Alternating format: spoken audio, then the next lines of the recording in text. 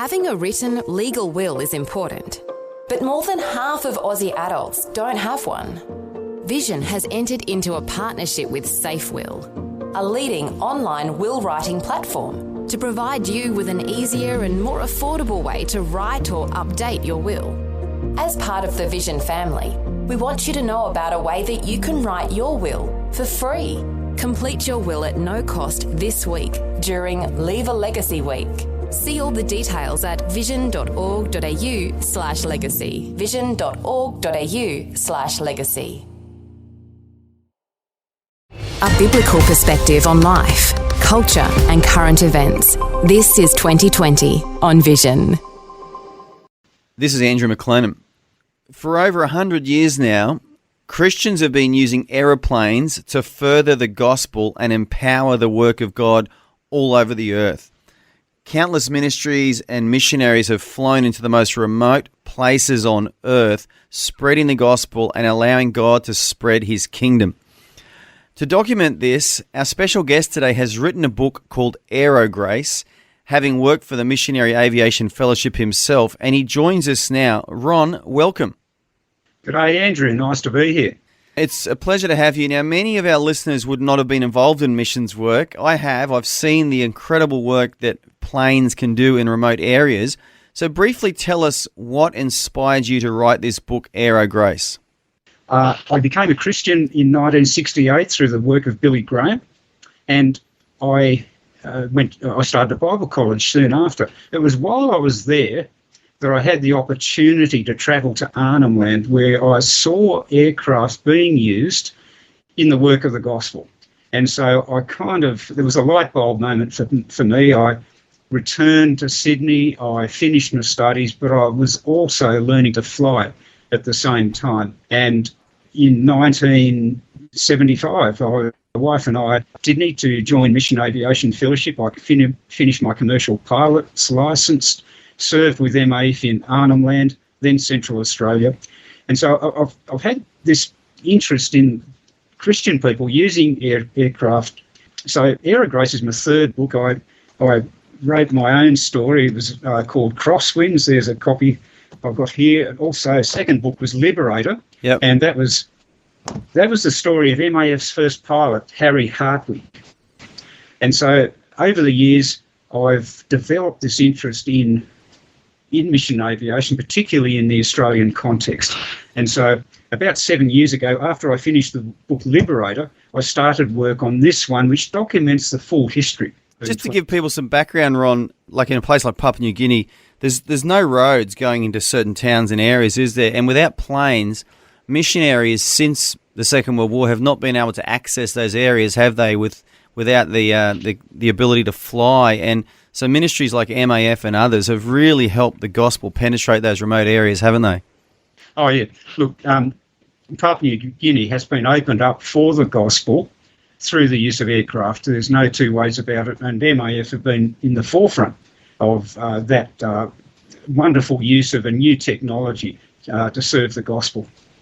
Yeah, it is. It's a great example, isn't it, of the church using technology, not being afraid of it and seeing it as something worldly or something to be shied away from, but actually use it to keep preaching and keep sending missionaries and empowering churches.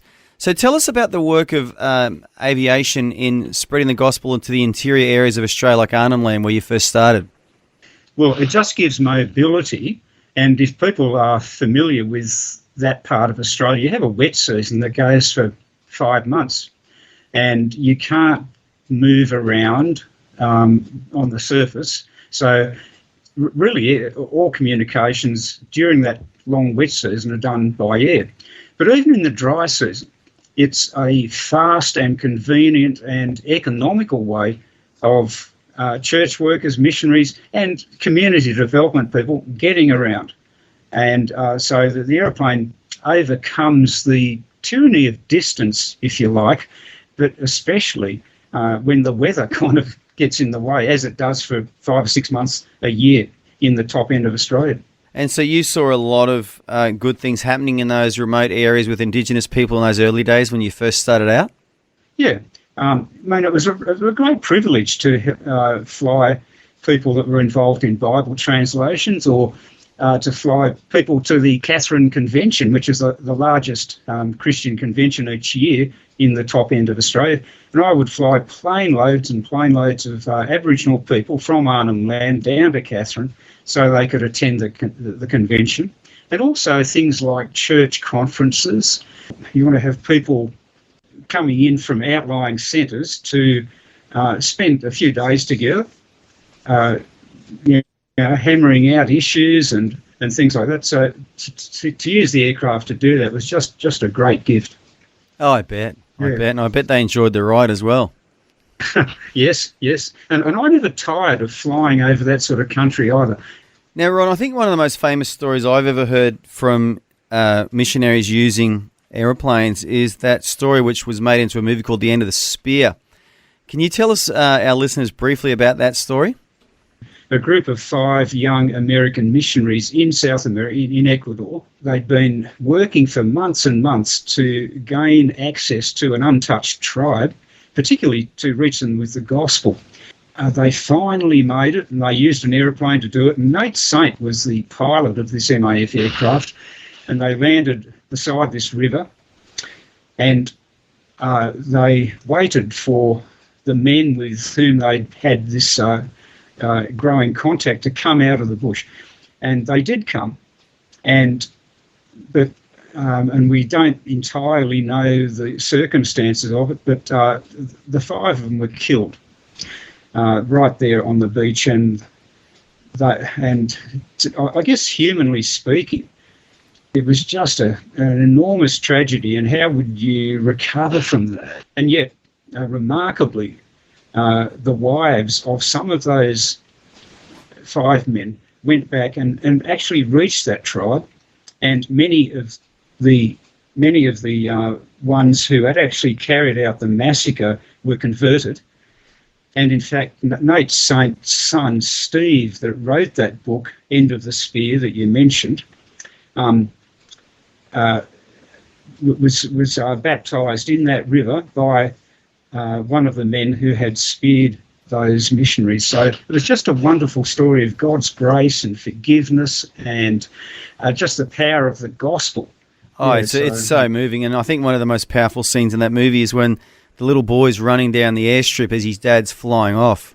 And I think that was one of the last times he ever saw his dad. And that little boy is the son, like you said, who became the missionary in that village, working with the men who'd actually murdered his dad. And I think what happened was the villagers, someone started a rumour about the missionaries that they'd stolen something or done something and they were murdered for their faith. But it is an amazing story. But it's a story of the aeroplane being used, isn't it, to penetrate an unreached people group. It would have been impossible otherwise, Andrew. There was no other way of getting into that remote place. And so it was just and I think through that, Mission Aviation Fellowship became really well known worldwide. The fact that Christian people were using aeroplanes and using them effectively, and as I've written this book, Aero Grace, which really only centres about the use of aircraft in Australia. There are so many stories of people like the Salvation Army's use of the aeroplane, and Bible Society. The people will remember the Flying Bible Man ministry that went for nearly 50 years, plus the work of MAF and CMS and Bush Church Aid Society. The Catholic Church has used aircraft. The Baptist Church in the Northern Territory have used aircraft. So the deeper I dug in researching this book, the more people, the more organisations I've found had put aircraft to use.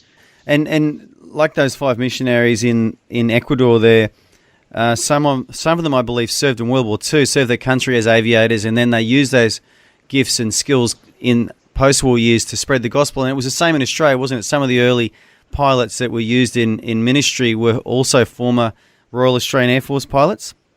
Yeah, that's correct. Yeah, I mentioned Harry Hartwig before. He was MAF's first pilot. Sadly, Harry was killed just 3 months after they commenced operations. So this is 1951.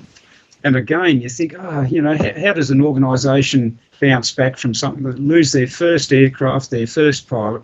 And yet, by God's grace, they picked up the pieces, and through prayer and through just, deep commitment, they recommenced operations shortly after. And it's been continuing in Papua New Guinea ever since. So since 1951, virtually an unbroken story of ministry there.